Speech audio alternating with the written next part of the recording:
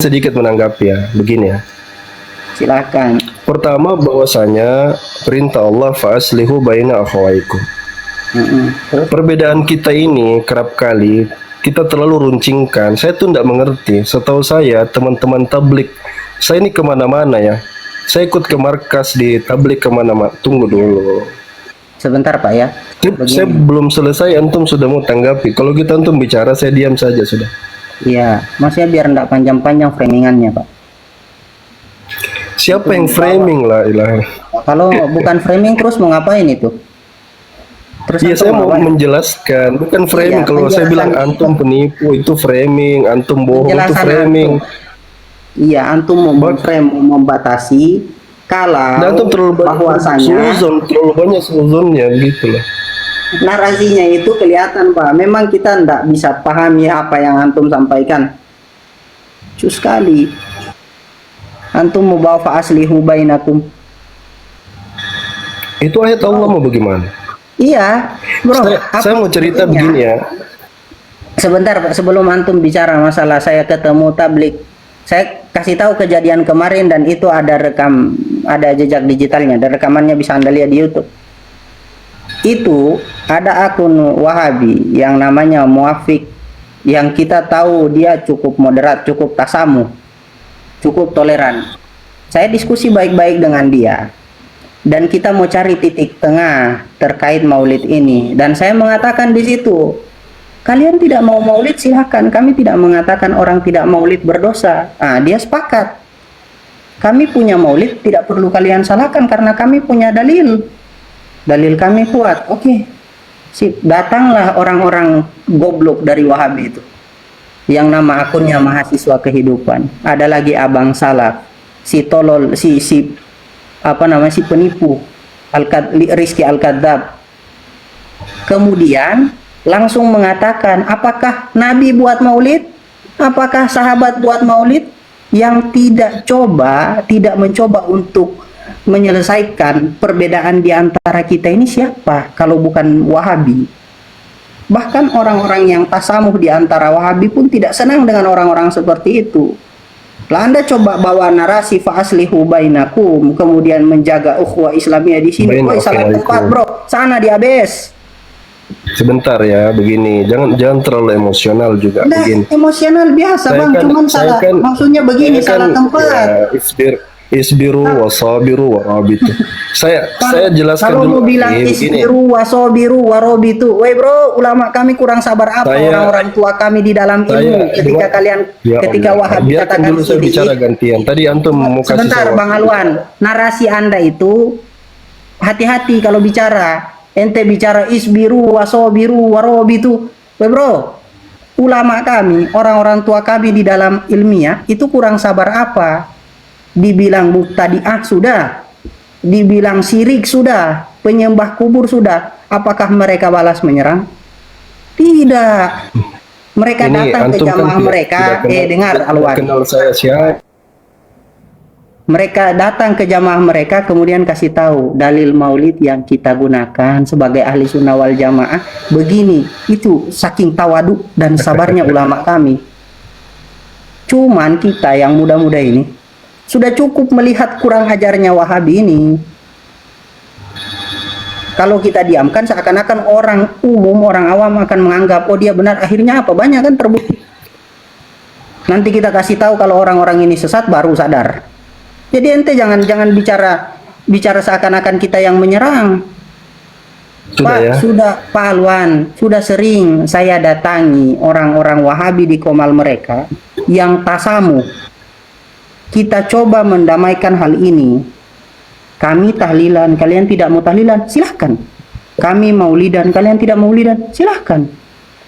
Datanglah kawan-kawan mereka yang otaknya saklek, punya virus Wahabi, yang didoktrin oleh Firanda, Badrussalam, Baladraf, dan orang-orang tolol itu.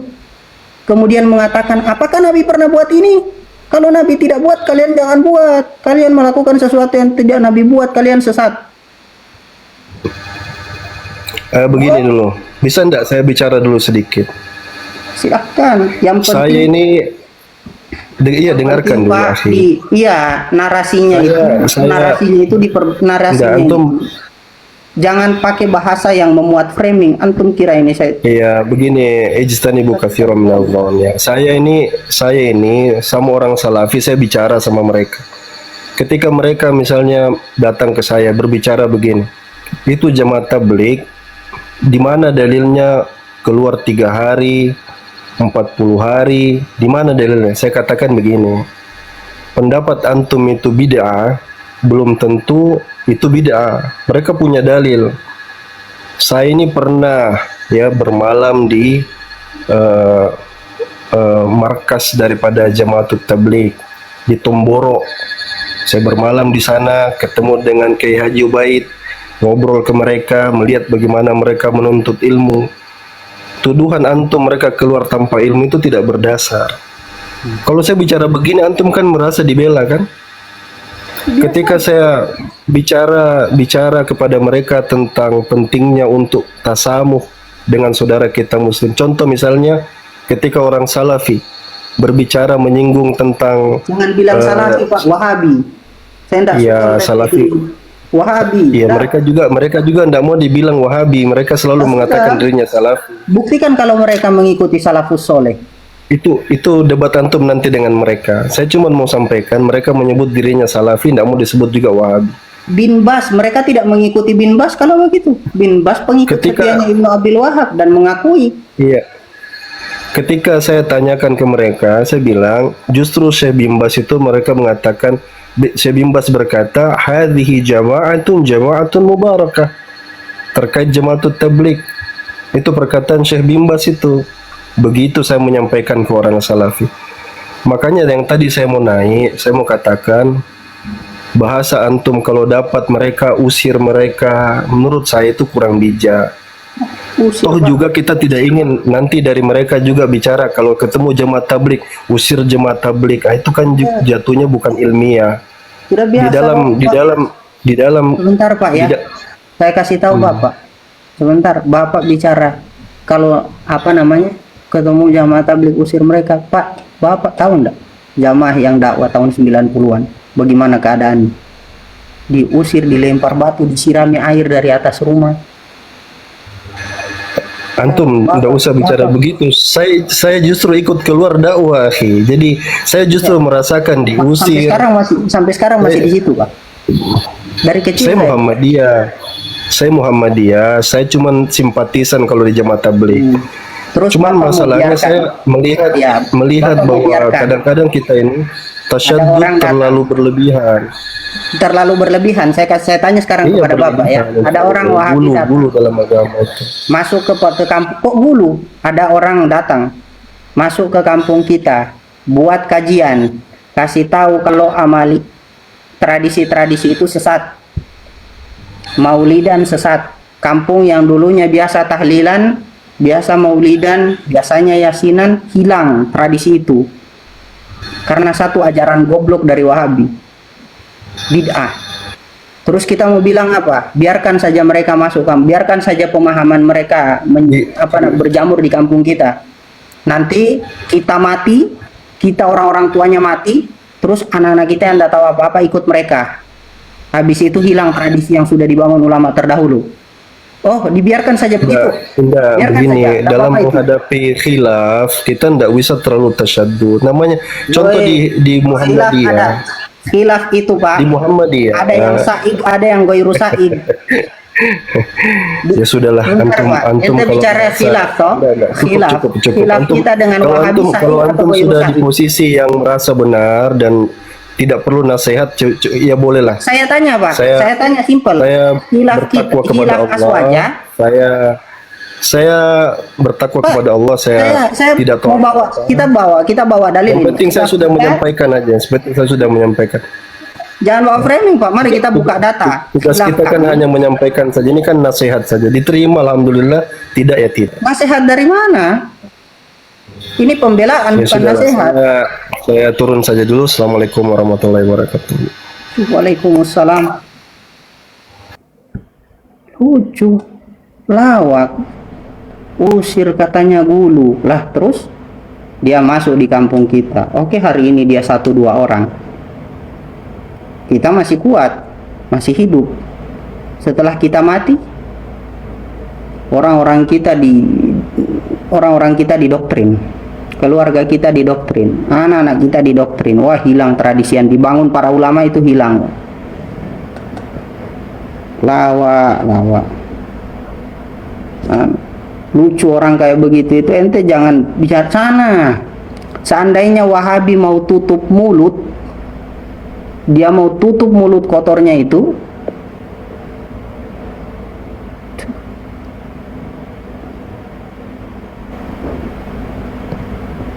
lucu. Sifatnya siapa?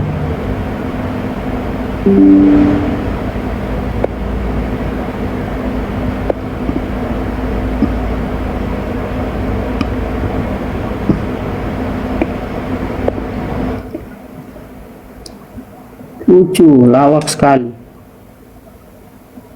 Seandainya kalau Wahabi tutup mulut, ngapain juga kita? Mesti sadar diri.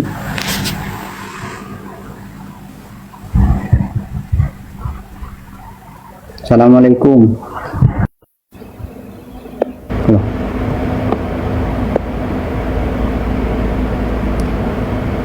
Sadar diri, ini untuk untuk Wahabi, untuk yang toleran. Tadi sore kita baru lihat. Imamnya mereka itu mengatakan zat Allah di atas ars. Bisa ibu buka di dalam kitab Usuluddin Al-Islami.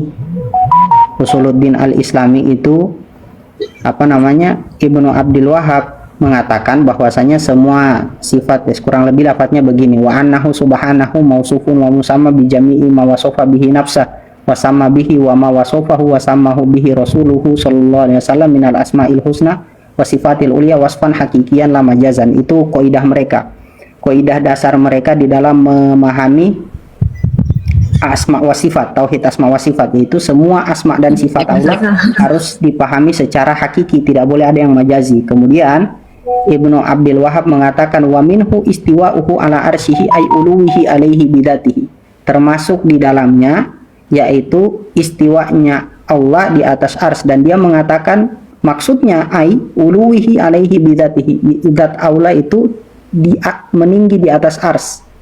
Nah, ini memang sudah dari perkataan mereka. Nah, mengatakan bahwasanya Allah itu mengambil tempat atau bertempat di atas ars, itu termasuk cabangan dari pemahaman Mujassimah. Buktinya bisa dilihat di dalam kitab Hasyiat Dasuki. Di dalam kitab Hasyiat Dasuki itu ketika Imam As-Sanusi menjelaskan tentang mengatakan wa adrobihim itu, Mujassimah wa adrobihim, itu beliau mengatakan wa adrobihim itu al-hasawiyah, al-jihawiyah. Jihawiyah itu orang yang mengatakan Allah berada di jihatul fauq, Allah berada di arah atas, dan ini juga sesat, kurang lebih seperti itu. Ustaz, berapa lama join Salafi Wahabi ni? Maksudnya gimana? Tak macam orang yang terangkan pasal macam tak boleh pegang spanduk kan, macam kita sama ada tak boleh pegang spanduk lah kan. Tapi kalau ikutkan dalam segi apa yang dikatakan ulama, itu adalah sunnah wal jamaah, kata macam tu.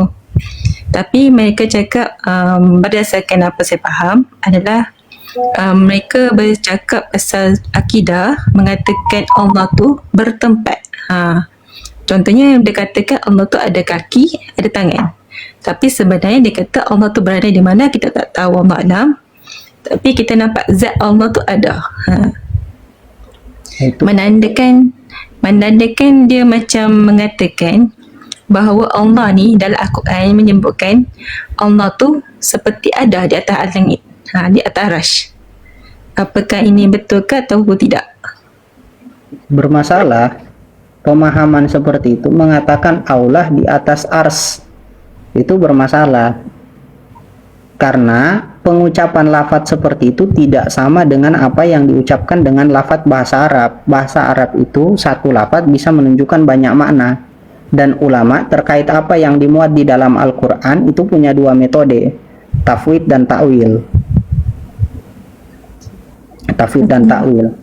Nah, kalau kita sekedar mengucapkan seperti itu nanti jatuh kepada pemahaman mujassimah. Boleh Ustaz terangkan pasal Salafi Wahabi ni? Mereka lebih kepada tidak bercakap benda yang tidak berkaitan dengan berkaitan yang merosakkan akidah seseorang. Macam contohnya dia fahamkan Allah tu kat arash, Allah tu bertempat. Tu macam Ustaz boleh terangkan benda tu tak? Ini kalau mau dilihat yang saya sampaikan tadi dalam kitab Usuluddin Al-Islam yang ini. Ini mengatakan di sini, beliau mengatakan secara jelas yang bagian ini yang saya tanda ini. Itu mengatakan wa minhu istiwa'uhu ala arsyihi ay uluwihi alaihi bidatihi, termasuk di dalamnya, di dalam ini annahu subhanahu mausufun ila akhir, itu zat Allah berada di atas ars. Nah, mengatakan zat di atas ars itu sudah sangat bermasalah.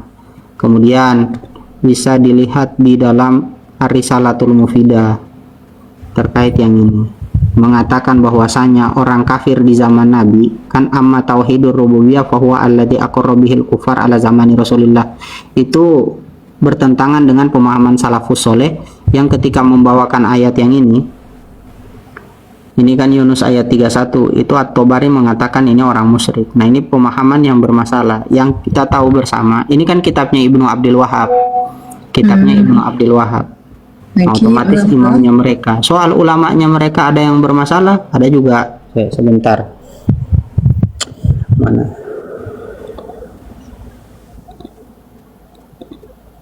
Utsaimin itu mengatakan kalau yadullah itu maksud hisya, namanya hisya itu ya. Ini kata beliau. Ini di dalam kitab tafsir Ibnu Utsaimin. Nah, mengatakan seperti ini ketika ditanya hunayatullah nas'alu mahadhil yad. Okey, faham Ustaz. Mereka kepada Ibnu Utsaimin hal hiya hissiyatun au ma'nawiyah, apakah yad di sini ini adalah hissiyah bentuk fisik atau ma'nawiyah atau hanya secara pemaknaan? Al-jawab, kata Ibnu Utsaimin, jawabannya annaha hissiyatun ya'khudhu biha wa yakbidu azza wajal, bahwasanya yadullah atau yad Allah yang dimuat dalam Al-Quran itu yang dimaksud adalah hissiyah, fisik. Jadi yad Allah itu bentuk fisik, bisa dilihat, diraba dan lain-lain, yang mana Allah mengambil dengan itu, menggenggam dengan itu. Pemahaman yang sangat bermasalah. Okey, terima kasih Ustaz. Jelasan tadi saya faham, dan apa Ustaz cakap tu betul lah. Kadang kita nak menjelaskan ke orang lain, orang tak boleh terima pasal ni sebab mereka lebih kepada percaya pada orang yang tidak berhak dipercayai. Contohnya Malaysia ni, saya ungkapkanlah kat Malaysia ni ada seperti Dr. Rozaimi. Dia berfaham lah kan. Kefahaman dia nak pergi kubur pun tak boleh, nak ziarah kubur orang yang mati pun tak boleh. Maksudnya tu kata bid'ah. Satu lagi, malaikat maut, Dr. Mazhar kata, dan malaikat maut datang-datang, bukan kata ini macam seperti orang kata macam bid'ah lah, seperti lagu tu bid'ah.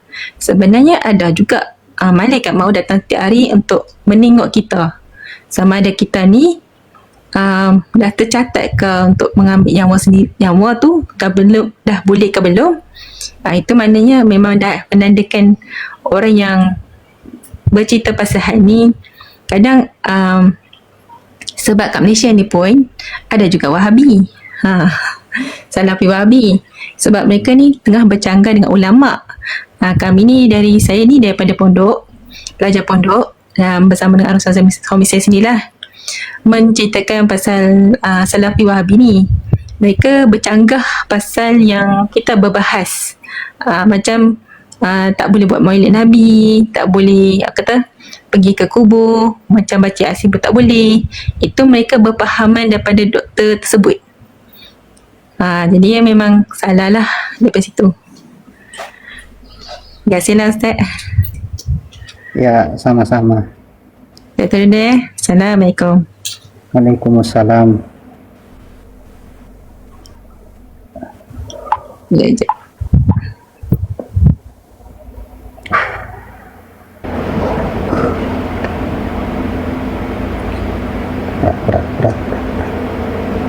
berat. Kurang lebih kayak begitu. Intinya banyak permasalahan dari kitab-kitab Wahabi.